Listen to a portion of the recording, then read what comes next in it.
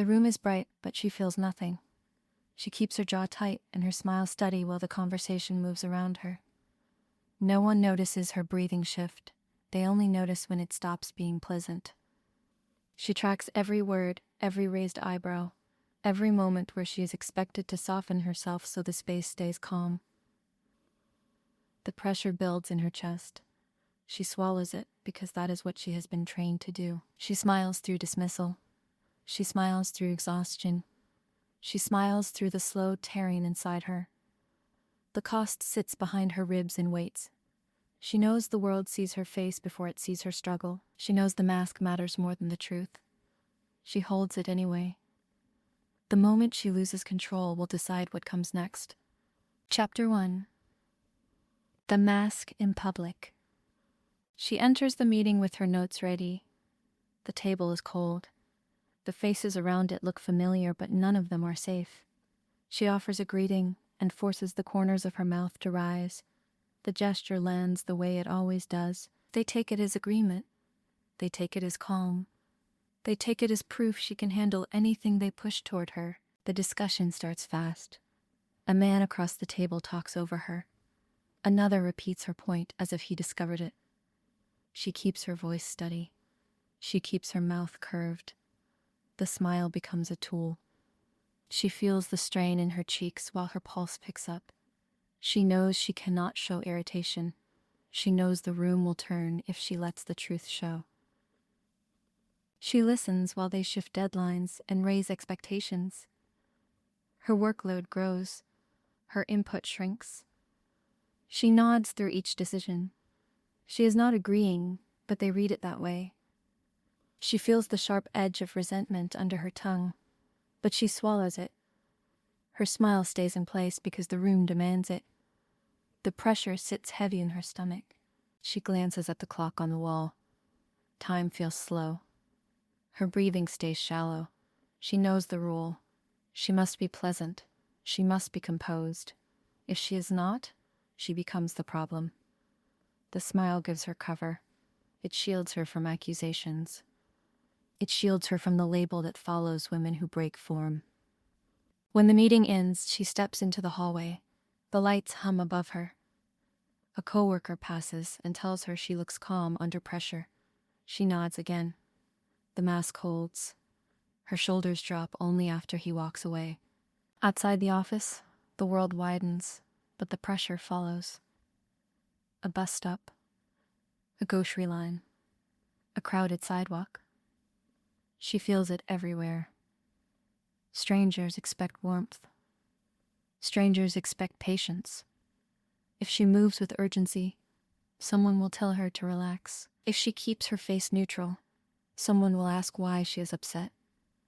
If she shows strain, someone will tell her to smile. She carries the weight through each space. The smile becomes a shield she does not remember choosing. It softens her presence, so others feel safe. It keeps conflict low. It keeps questions away. She feels the hollowness behind it, but she pushes forward. The world is easier for everyone when she hides the truth. She heads home at dusk. Her back aches. Her voice feels thin. The smile has become a habit she cannot drop in public. She feels the tightness in her jaw as she walks. A neighbor waves. She lifts her face and greets them with another practiced expression. The moment passes without tension. That is the point. That is the reason she keeps doing it. Night settles. She shuts the door behind her. The house is quiet. Her face relaxes for the first time in hours. The absence of the smile feels strange. Her cheeks tremble. Her breath unravels.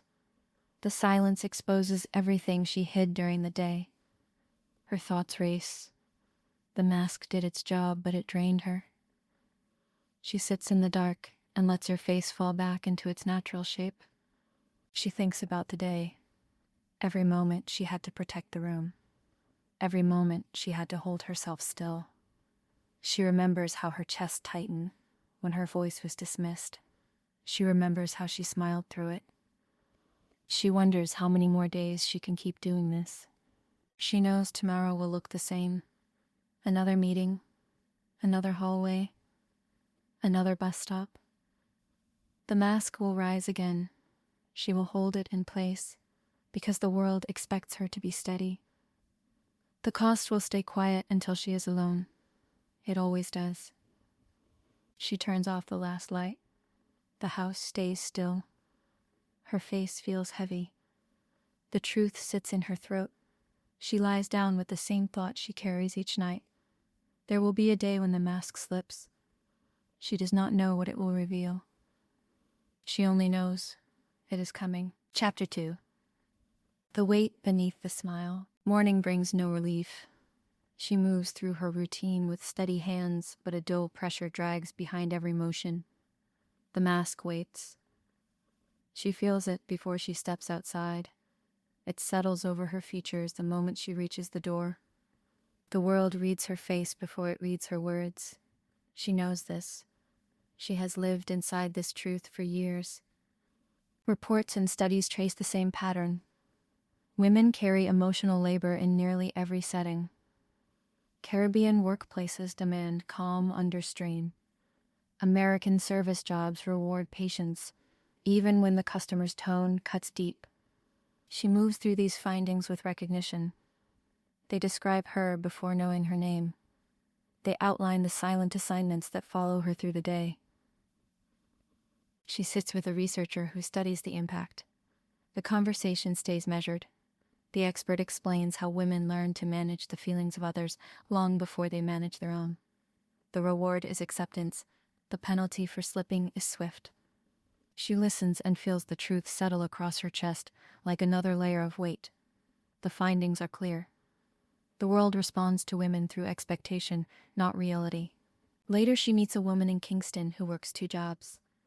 The woman lowers her voice as she speaks. She says she feels tension each time she forces a pleasant tone with customers who dismiss her. She describes the exhaustion that waits in her body when she reaches home. The mask never falls in public. It only drops when she reaches the safety of her own walls. Another woman in Chicago shares her story. She works in an office where the pressure to remain pleasant overshadows her skill. Each day she enters meetings where her ideas disappear under louder voices. She says the smile protects her job. She also says it is slowly wearing her down. Her voice tightens as she speaks. She looks away for a moment. The mask cracks, but she steadies it again. The conversations repeat across regions. Women who swallow frustration to keep a room stable. Women who let their needs fall back so no one labels them difficult. Women who finish the day feeling empty because they spent every hour managing the emotions of others. The stories echo one another without meeting. The weight is shared even when the lives are different. She meets one more woman. This one reaches a breaking point during a shift. A customer raises his voice. She keeps her smile sharp at first, but her breathing changes. Her hands shake.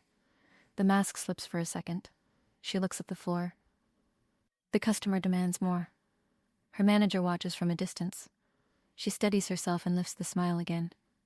The moment passes, but she feels something tear inside her. Later, she sits alone in the break room and stares at the wall.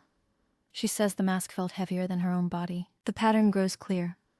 Emotional labor is not a small burden. It is a constant demand. It shifts the way women speak, move, breathe, and exist in public. The smile is not comfort. It is armor.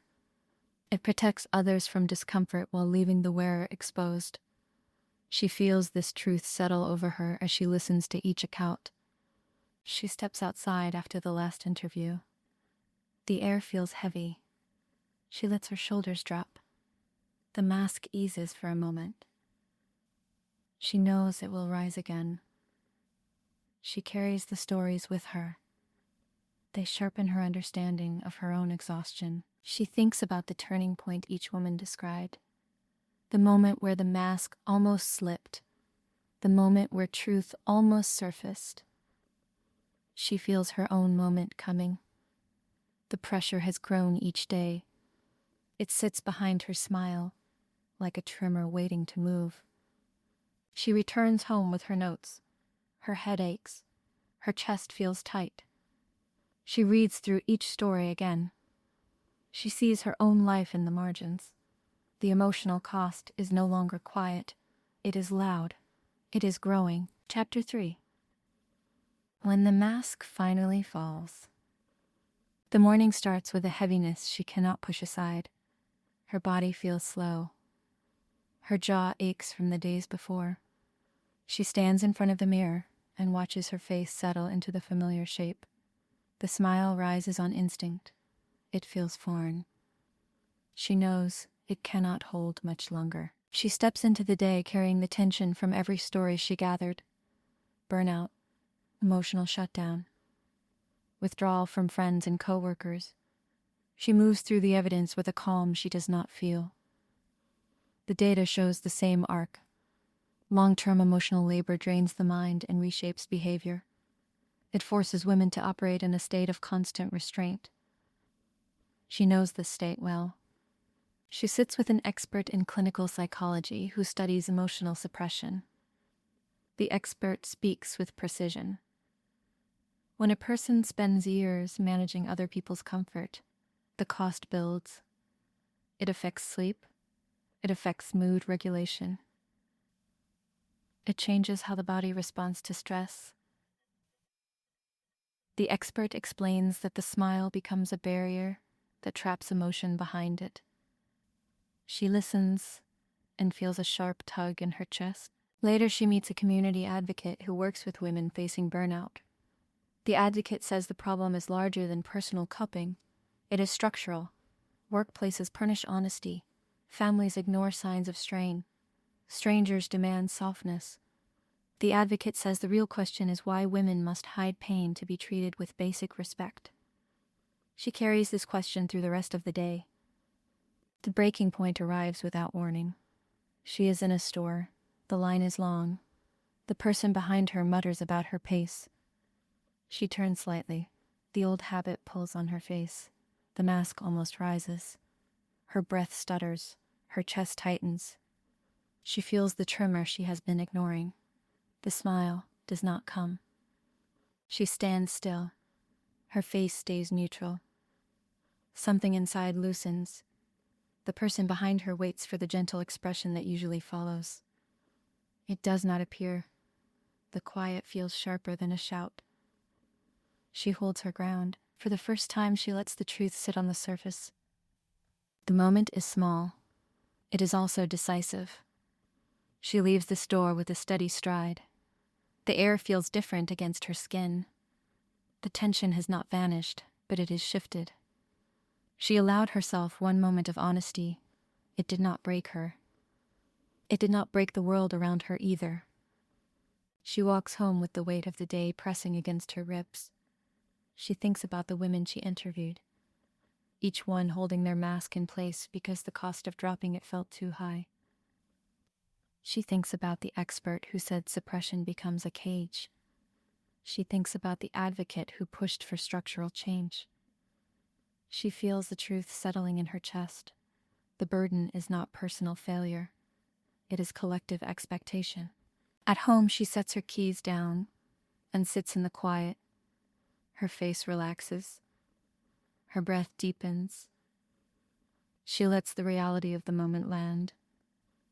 There will be a cost to honesty. People may question her tone. They may misread her calm. They may react to her truth with discomfort. She understands this.